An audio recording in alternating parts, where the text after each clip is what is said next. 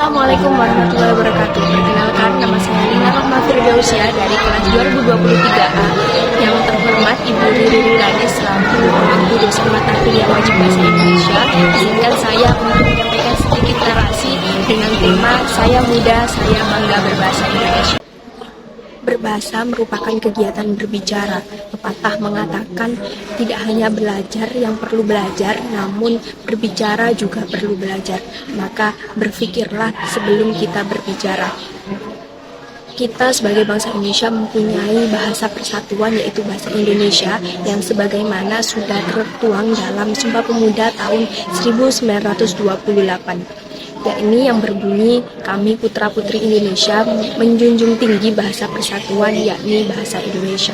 Bahasa Indonesia tidak hanya menjadi bahasa persatuan saja, namun bahasa yang harus dimasyarakatkan dalam setiap komunikasi penduduk Indonesia. Maka dimanapun, kapanpun, dan siapapun, bahasa Indonesia harus menjadi bahasa pertama dan bahasa utama dalam setiap berkomunikasi, agar bahasa Indonesia menjadi identitas setiap penduduk bangsa Indonesia. Komitmen semacam ini harus ada dalam sanubari setiap penduduk Indonesia agar eksistensi bahasa Indonesia tetap terjaga dan tidak terancam punah. Seluruh masyarakat Indonesia harus bangga mempunyai bahasa persatuan, yakni bahasa Indonesia. Dengan bahasa Indonesia, berbagai suku, ras, budaya tergabung dalam satu kebinekaan tunggal ika. Segala perbedaan tidak dirasakan oleh seluruh elemen masyarakat karena kita telah tergabung dalam satu bahasa, yakni bahasa Indonesia. Ukuran nasionalisme tidak hanya diukur dengan membela negara dalam bentuk fisik atau berperang, namun ukuran nasionalisme diukur dari sejauh mana peran anak bangsa dalam mempertahankan eksistensi bahasa Indonesia. Maka suatu keharusan dan kewajiban kita sebagai anak bangsa untuk tetap menjaga eksistensi bahasa Indonesia agar tetap ada sepanjang zaman dan agar tidak terancam punah. Untuk menjaga eksistensi bahasa Indonesia diperlukan beberapa cara, diantaranya yaitu menggunakan bahasa Indonesia sebagai bahasa pertama dalam berkomunikasi. Bukan hanya sekedar karena kita tidak mengerti bahasa lain, namun karena bukti kecintaan kita terhadap bahasa Indonesia. Namun yang menjadi persoalan saat ini adalah penggunaan EYD atau ejaan yang disempurnakan hanya digunakan pada tulisan-tulisan resmi saja seperti pidato kenegaraan, karya tulis ilmiah, dan lain sebagainya tanpa diaplikasikan ketika berkomunikasi sehari-hari. Di sisi lain, banyaknya anak bangsa yang lebih mencintai bahasa asing ketimbang bahasa kita, bahasa persatuan Indonesia. Dibuktikan dengan apa?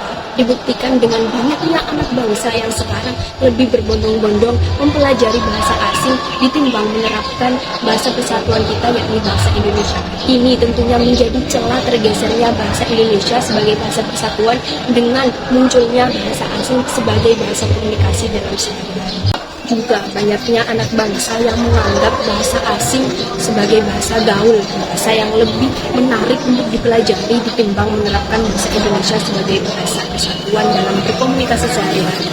Tidak ada kata larangan untuk mempelajari bahasa asing jika hanya sekedar untuk mempelajari, cukup sekedar tahu saja. Namun jangan sampai bahasa asing menjadi kosakata kita sehari-hari dalam berkomunikasi dengan orang lain. Cara lain agar eksistensi bahasa Indonesia tetap terjaga, yaitu dengan memperkenalkan bahasa Indonesia kepada penduduk asing. Apalagi di era globalisasi ini, banyak sekali penduduk asing yang datang ke Indonesia baik untuk wisata atau menjadi penduduk tetap di Indonesia. Ini tentunya menjadi peluang emas kita untuk memperkenalkan bahasa kita kepada penduduk asing. Mari kita sadari bersama bahwa banyak sekali penduduk Indonesia yang sudah lelah dengan penggunaan bahasa Indonesia sebagai bahasa persatuan. Padahal perlu kita tahu bahwa manfaat mempelajari bahasa Indonesia sangat banyak, bukan hanya sekedar untuk memperoleh wawasan dan pengetahuan saja, namun sebagai rasa nasionalisme kita, untuk cinta kita terhadap bangsa kita, yaitu dengan menerapkan bahasa Indonesia sebagai bahasa persatuan dalam berkomunikasi kita sehari-hari. Menjaga eksistensi bahasa Indonesia memang bukanlah hal yang mudah jika dilakukan oleh satu orang saja.